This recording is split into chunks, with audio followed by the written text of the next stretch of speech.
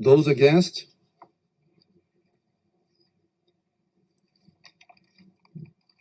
Abstentions?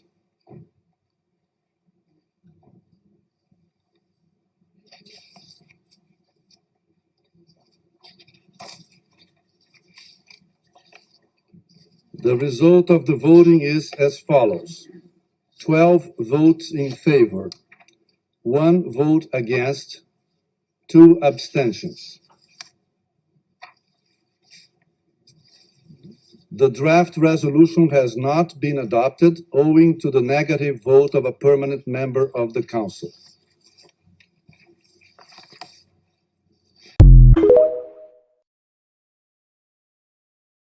The UN came this close to passing a resolution calling for a humanitarian pause in Gaza. It was initially a call for an immediate ceasefire, but the language was watered down in order to get a yes vote from everyone. However, when it came time for the vote, the United States was the one country that voted against it. The only country. Russia and the UK abstained. Everyone else voted yes. We voted no. And because of our lone no vote, the resolution was not adopted. Let that sink in. The way that I just continue to be more and more repulsed with the United States of America. So much of my life, I was incredibly patriotic. I was the child of a Marine. I thought America was the greatest place ever. And anyway, obviously, I've grown way past that and I've learned a lot. But the way that this fucking country just made their vote the reason why a resolution to allow humanitarian aid to reach Palestinian people, like why that didn't go through, because one vote said no and that vote was the United States. I feel sick and horrified that this is the leadership in this country. And we already knew that they were bad. Like, we already knew that they're ruthless, selfish, largely, not everyone, obviously, but we already knew they were fucking bad. But like, this is another level of bad. Imagine hearing people condemn a genocide and being like, I don't know. Imagine feeling defensive upon hearing people say, like, what Israel's doing, the genocide it's horrible, they're killing innocent people, and being like, well, imagine this is actually the situation. Imagine a resolution is decided upon so that aid can reach Palestinian people, and everyone's like, okay, sure. 2 countries, one being Russia, says, we're not going to vote. And the United States, who has veto power, says, and now a bunch of people don't get aid and a bunch of people die. And they're so used to operating in a vacuum. They're so used to operating in a space where this isn't shared on the news. And if it is, it's shared in a way that's twisted to make it sound like it was the right thing. Which I don't know how the fuck you would do that. But now I think they don't realize that we live in a world where news is shared this way. Where when I want updates, I come on here because I trust it more. Sure, the algorithm feeds us things we want to see. Sure, you can't believe everything people say. And I do try to fact check, but like, the reality is that all media is biased, and particularly media out of the United States that is owned and operated by BlackRock and Vanguard, who own all the fucking corporations, who fund all the campaigns for all of the people that they want in power, who are going to do their bidding. Like, that is who decides what narrative to spin for the American people, for the Western world. And that is why so many people didn't fucking know what was going on until we saw Palestinian people with our own eyeballs on this app telling us the truth.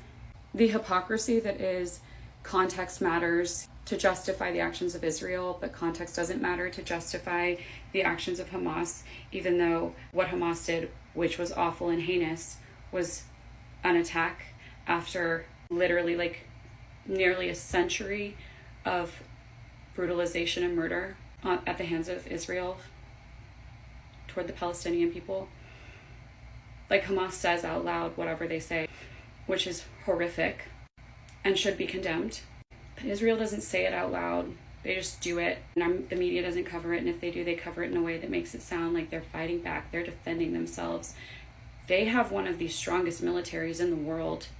The Palestinian people don't even have like a person to sit at a table to represent them when any sort of like group of global leaders gets together to discuss things. And that is not because they don't want it, and that is not because they shouldn't have it. Imagine believing that an ethnic group's right to a land is more important than another group's right to live. And to any Christian, or specifically to any Christian who is defending Israel right now, look to the Jewish people who are denouncing Israel. Look to the Jewish people who are anti-Zionist for an example of what it looks like to care about humanity. To support Israel is to support genocide. To support genocide is to be a terrible person, period. To not care about human beings, to not care about life, to only care about life that you think is important to care about. And Jesus, your Lord and Savior, who, by the way, Muslim people believe was a prophet, because guess what? Islam is also an Abrahamic faith. Jews, Christians, and Muslims all believe in the same God, and that God is horrified. And if he's not, then I don't know why anyone wants to believe in him. And Jesus, certainly horrified. Jesus defended the oppressed. Jesus stood against the big guy, the bully, who is Israel, who is the Western world, the United States. We've been so conditioned into believing that the United States is the hero. In so many ways, so many times throughout history, it has shown its ass. But with this vote, in my mind, until some huge things really change, the United States is permanently the villain. And the fact that that's the case, breaks my heart. But you have to call a spade, and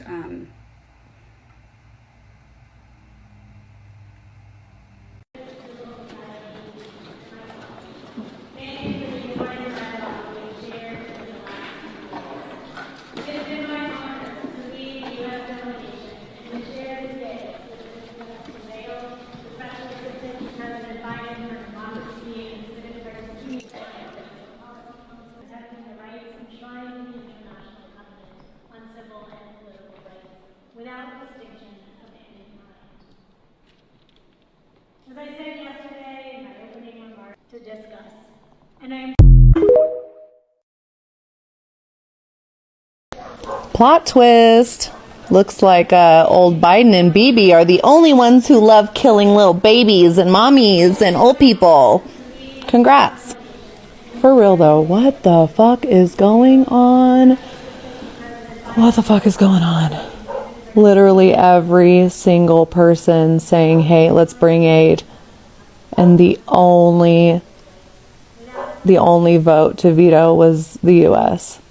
Fuck me. Bring it on.